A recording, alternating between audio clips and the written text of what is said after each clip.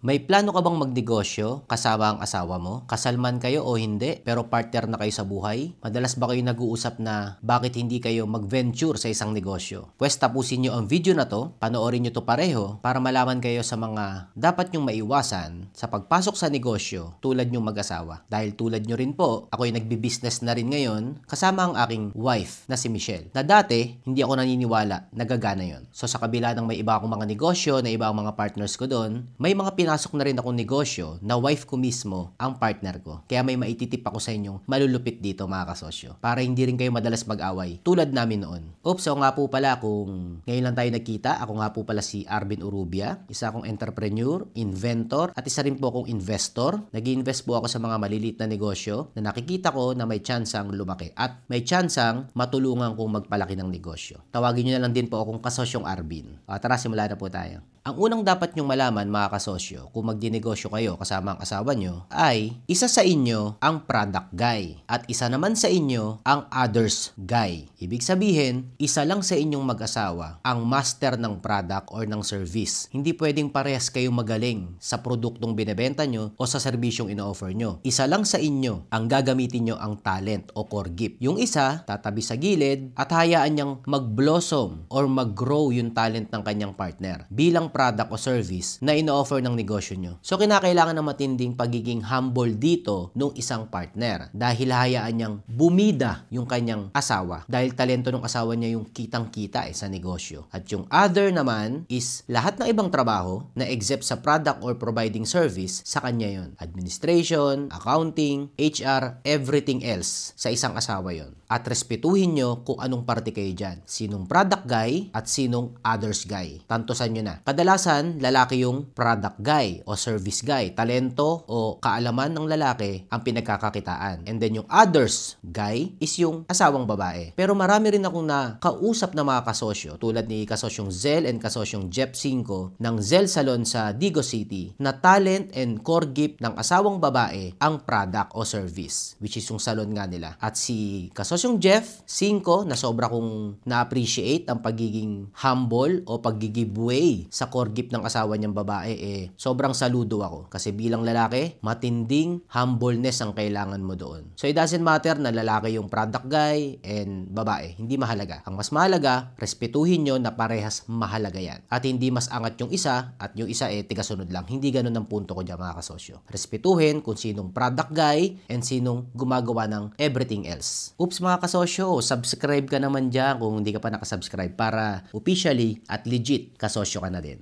Click mo na yung subscribe dyan. Sumunod na dapat yung malaman kung papasok kayo sa negosyo na mag-asawa kayo ay isa sa inyo ang boss. Malinaw yun. Isa sa inyo ang boss. At isa sa inyo ang mas boss. So parehas kayong boss pero mas boss yung isa sa inyo. Muli, hindi to tungkol sa lalaki ang mas boss. Pero sa nakikita ko, boss ang lalaki pero mas boss lagi ang asawang babae. At okay lang yun. It doesn't matter kung sinong mas boss. Ang mahalaga, parehas kayong boss, yes, pero respetuhin nyo na isa sa inyo ang talagang mas maglilid. Isa sa inyo ang talagang mag-take risk. Isa sa inyo ang talagang boboses. At mas pakinggan nyo yung mas bumoboses. Parehas kayong boss, parehas kayong may-ari, pero meron pa rin sa inyong mas naglilid. At respetuhin nyo yun. Pwede kayong mag-argue, pwede kayong magtalo, pero may mangingibabaw pa rin. Hindi yan pantay. Talagang merong mas nangunguna. Hindi ko sinasabing mas magaling, pero merong mas malakas ang loob at yon ang mas boss na sinasabi ko. Respect nyo yun sa bawat isa. O magtingin na kayo mag-asawa ngayon at alamin nyo na kung sinong mas boss sa boss. Oops mga kasosyo, may Facebook group nga pala tayo yung Kasosyong Malupit Group. Join po kayo doon para mas magkakilala po tayo at makilala nyo rin po yung ibang mga kasosyo natin. Sumunod na kailangan nyong malaman kung magnenegosyo kayo mag-asawa ay respect the mood.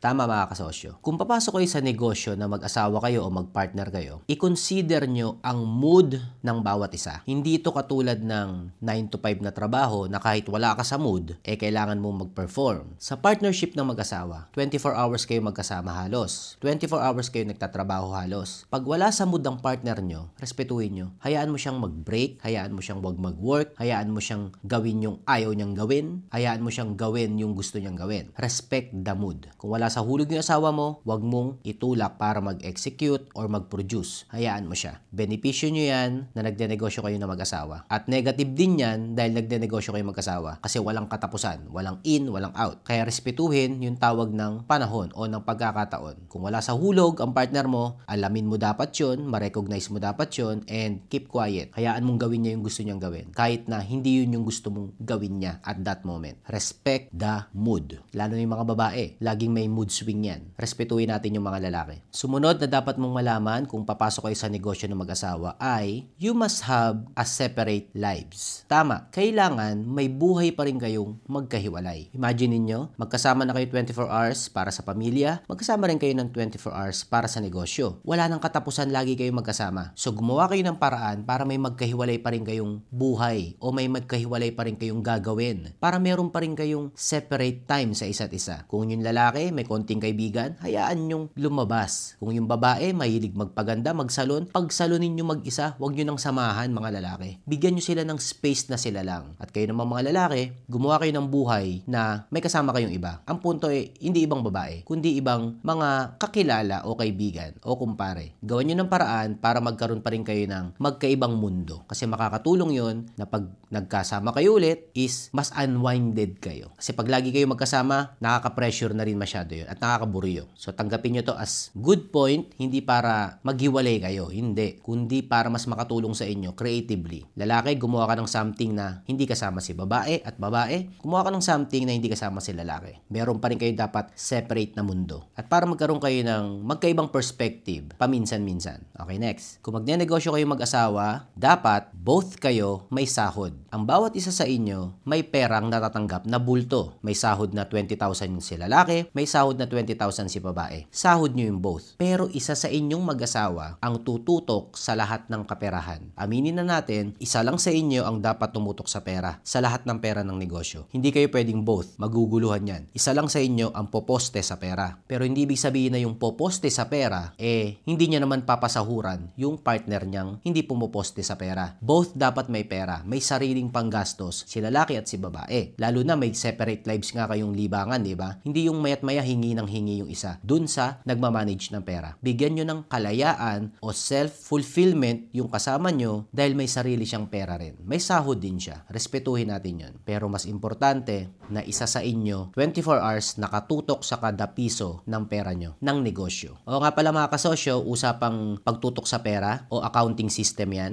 May tinuturo pala akong accounting system na malupit. Bagay na bagay din to sa mga negosyanteng mag-asawa. Kung gusto nyo matutunan yung accounting system na ginagamit ko sa mga negosyo ko, yung Accountant System or KMAA program natin, message nyo lang ako sa aking Facebook page. Pag-aralan nyo yan mag-asawa para hindi na kayo laging nalulugi. At hindi rin kayo nag-away sa pera. Message nyo lang ako para matutunan nyo yung aking accounting system. Sumunod na dapat nyong malaman kung papasok kayo sa negosyong mag-asawa ay it might also fail. Tama po, hindi porkit mag-asawa kayo na pumasok sa negosyo, gagalingan nyo dyan, bubuhos nyo lahat dyan, hindi nyo na na-consider na pwede pa rin bumagsak yung negosyo na yan. Pwede pa rin po mga kasosyo. Pero tatandaan nyo na kahit malugi yung pinasok nyo negosyo, yung negosyo lang po ang nalugi. Kayong mag-asawa, hindi naman. Subo kayo ulit ng bago negosyo. Maaring hindi lang yun yung negosyong para sa inyo. O kaya, palit kayo ng core gift. Talento naman nung isa, yung gamitin yung service na ipoprovide o ibebenta na produkto. Baliktarin nyo naman. Kung yung una, talento ni lalaki yung ginamit nyo, bumagsak, nalugi, eventually, talento naman kaya ng babae ang gamitin natin. Subukan nyo lang din yan. Muli, malugi man ang negosyo